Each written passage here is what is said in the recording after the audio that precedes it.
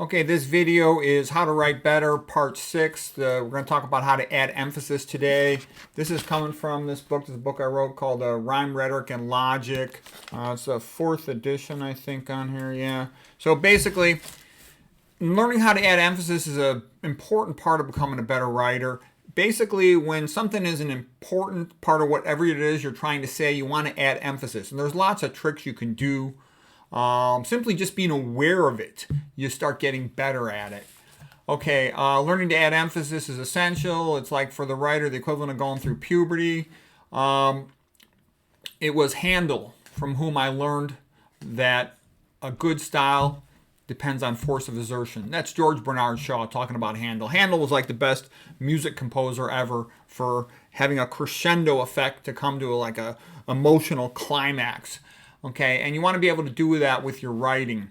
So it's good to study poetry because poetry, they're interested in putting concentrated meaning and sound effects into, short little stanzas and rhymes.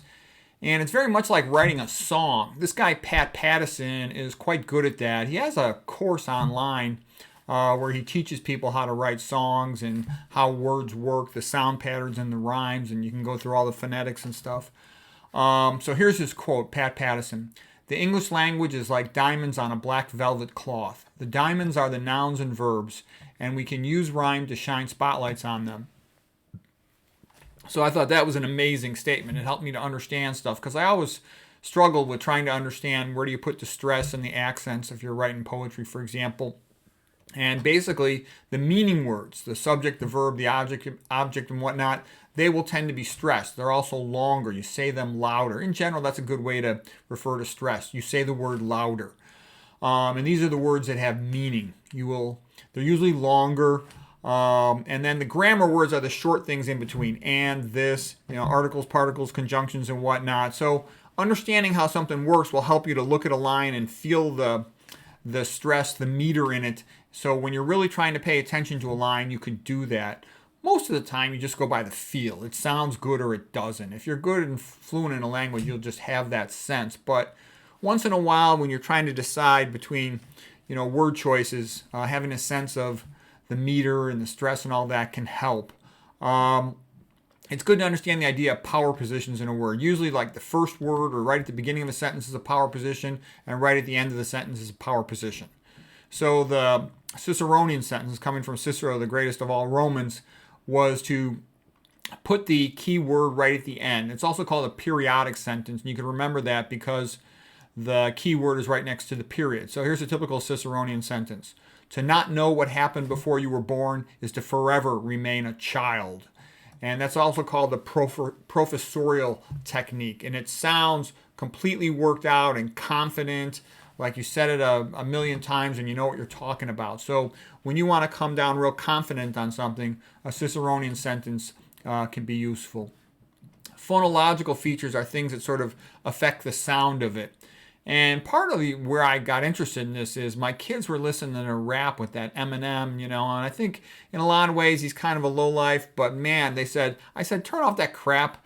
The joke is that Van Gogh had to listen to that, he would have cut off his other ear. And my kids are like, no, Dad, you're wrong. Eminem's a genius. You should study him. So I went and I studied Eminem, some of his songs, and I was amazed at how brilliant it was. How it was incredibly brilliant, his poetry and his use of rhyme and internal rhyme and assonance and all that stuff. It really was. It was shocking how brilliant it was. He's like an idiot savant. All right, so here's a line from Noah Lukeman. He wrote a good book called The First 5 Pages, about getting the first 5 pages of a book to be optimal. And he talks about good writing is high contrast. So yeah, what you're really learning how to do is add extra attention, extra emphasis on the key parts. And the other thing I noticed when I write a book, it's much more corny. There's a lot of little jokes that seem just fine to say when you're writing. You're playing along, trying to have fun with the reader and keep them interested and stuff and encourage them versus, in conversation, you wouldn't say them as much. So it's just silliness, but I see myself when I read my own books, I put a lot of corny silliness in there. Variety is the spice of romance. Contrast is the spice of prose craftsmanship. Chiasmus highlights contrast. Okay, so what that's all about. Chiasmus is very useful to know. It's a rhetorical form. Rhetorical forms are like templates. When you put them in, you add emphasis to things. Okay, so the classic rhetorical template is, one time the kids were studying for their high school and they had to learn some rhetoric or something. I was walking by, they're like, do you know any rhetoric? And I said, yeah, JFK, ask not what your country can do for you, but what you can do for your country. And they go, oh yeah, that's so old, Does anybody ever use this stuff in real life? And I'm like, yeah, you could say, ask not what a husband can do for a wife, but what a wife can do for a husband. And then they started to smile. I said, ask not what a boyfriend can do for a girlfriend, but what a girlfriend can do for a boyfriend. Okay, you just play with them. You can plug whatever words you want into the sentence, but once you know the template, you can have fun with it.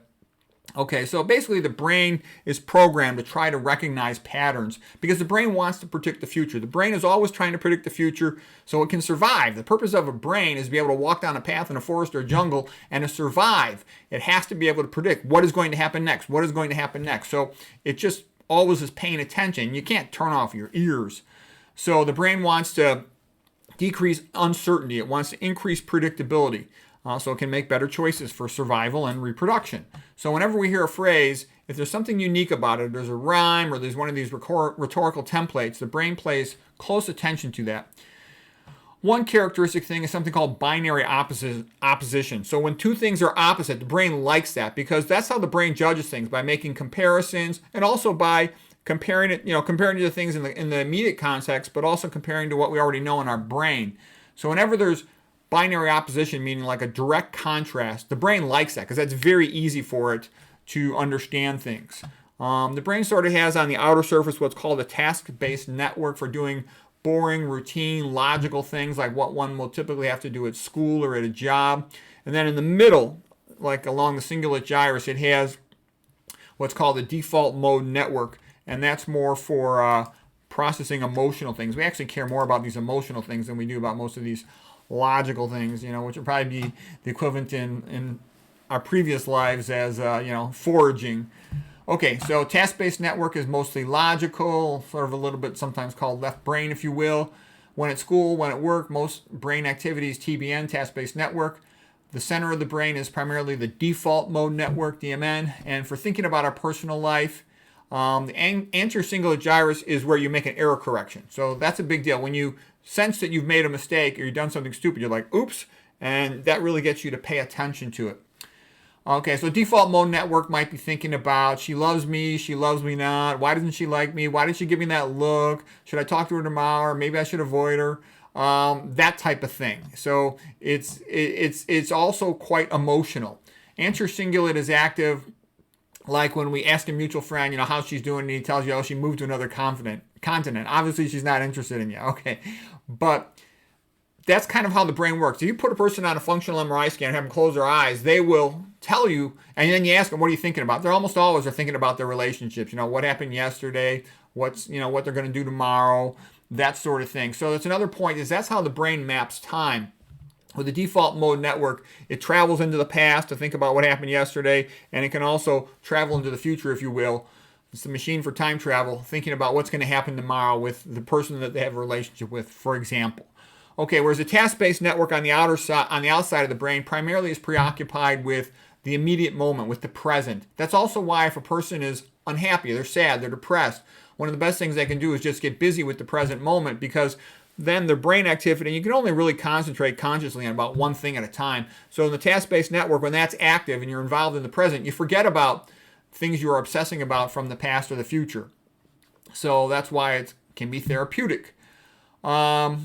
Okay, so getting back to that, when I made a joke with the rhetorical template of chiasmus and said, ask not what a husband can do for a wife, but what a wife can do for a husband. By flipping that pattern back on itself, that will activate the anterior cingulate cortex. That was a surprise. You're going down a predictable pattern, and all of a sudden there was a surprise, and the brain will pay attention to that. So that's why throwing surprises into your writing is more fun. It generates a lot of neural activity in the reader, and it makes it more fun. So, the joke here is that the oxytocin overdosed, testosterone depleted manservant has finally stood up for himself. Okay.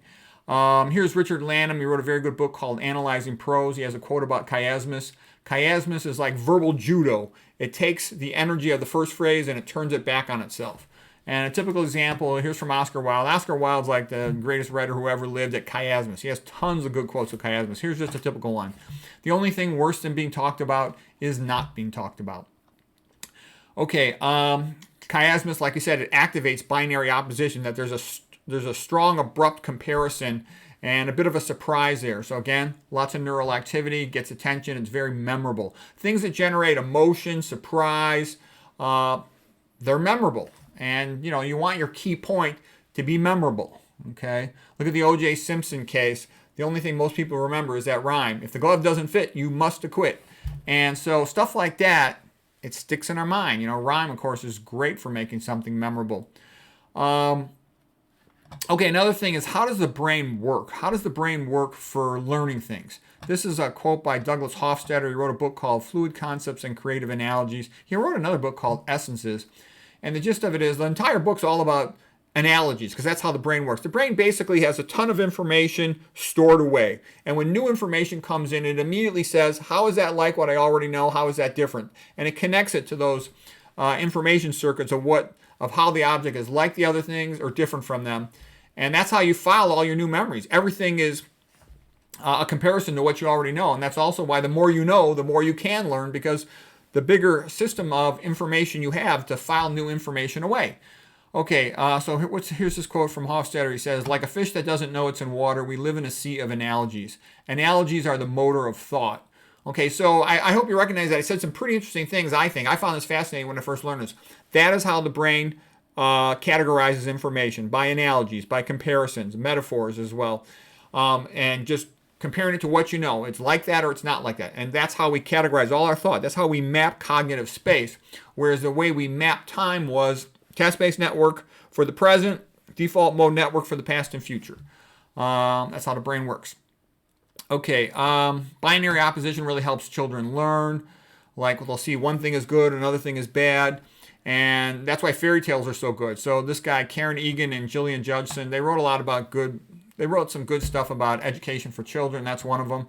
Yeah, fairy tales are a great thing to read to kids. Einstein used to say, if you want your kid to be smart, read them fairy tales. You want them to be smarter, read them more fairy tales. Reading really helps kids a lot.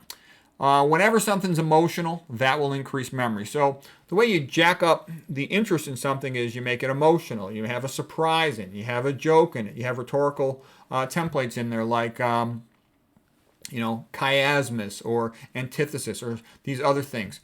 You can also start to play around with the font. For example, if you want to, look at a comedian, somebody like Sam Kinison. He'll gradually build up to something and then he'll say it really loud.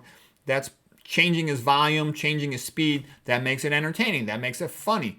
So you get a volume control in a sense by making all caps. All caps is like yelling.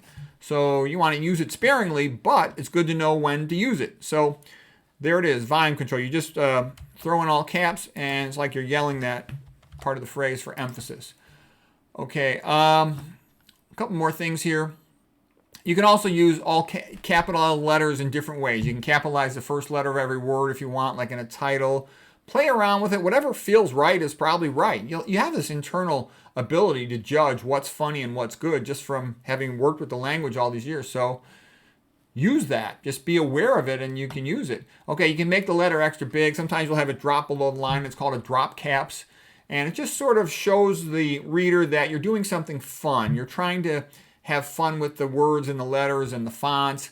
And that sends a good message to the reader that this is going to be fun. This is not just boring routine type writing. Using bold is good, but again, you have to use it sparingly, only when you think it's relevant to the moment. But that's pretty strong emphasis. And you can see how you can start cranking up the emphasis. You can use bold, you can use all caps, you can throw rhymes in there, and you can start throwing other sound tricks in there. Alliteration, front rhyme with the first letter, assonance, rhyme in the middle of it with the vowels. Regular rhyme is end rhyme at the end of the word. So all of these tricks, and that was what Eminem was such a master at. He had all this alliteration and assonance going on. It was like row, row, row your boat gently down the stream, and then there was all these overlapping segments with all the different rhymes. There's good YouTube videos about how Eminem writes his poetry. I think you'd be shocked at how good it was. Okay, punctuation, pauses are timing effects, like with the comma, semicolon, period. And you play games with that stuff. just the amount of time. Comma is actually very brief. Okay, semicolon's a little longer, period's longer, colon's longer. So you decide how you're going to work it. Then a paragraph is an even bigger break. Okay, you can even put a horizontal line in there. All of this is done just to create the feel of how you would say it if you're having a conversation with an intelligent friend. So that's what you do too when you write. You sub-vocalize and you're all like saying it. Imagine you're talking to your friend, and where would you pause? What would, a pause can really help for emphasis. That's what they talk about, the pregnant pause before the delivery. And a colon is usually a good way to do it. We're going to talk about punctuation in a later chapter. This is the last slide for this talk today.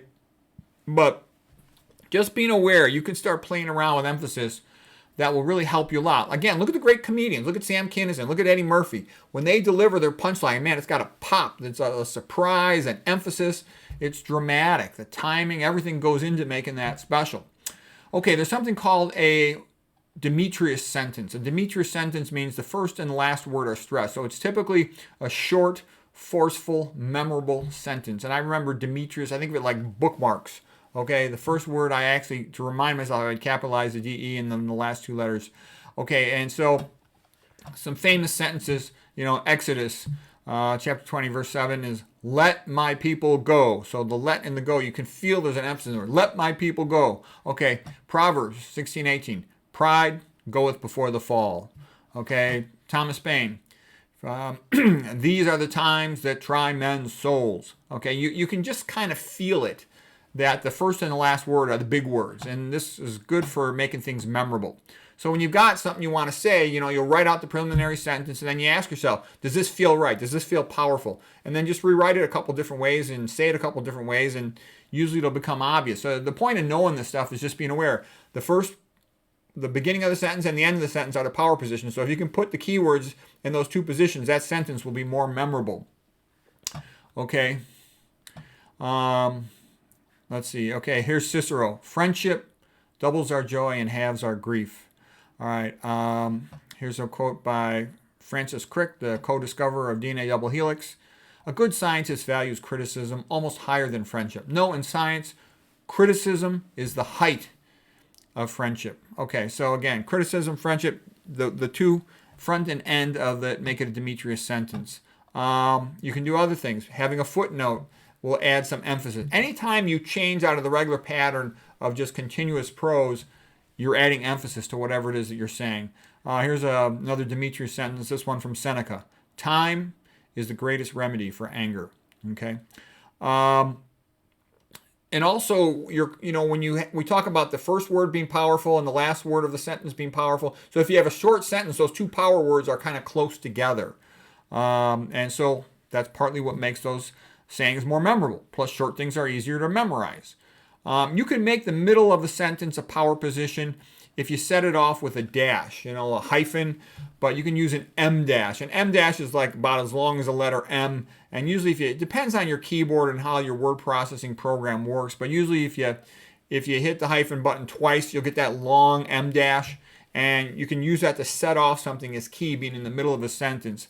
And these things can be used for effect. It's an interrupt, so this double interrupt, so there's a long M dash on both sides of the keyword in the middle, and that can give you that effect when you want that.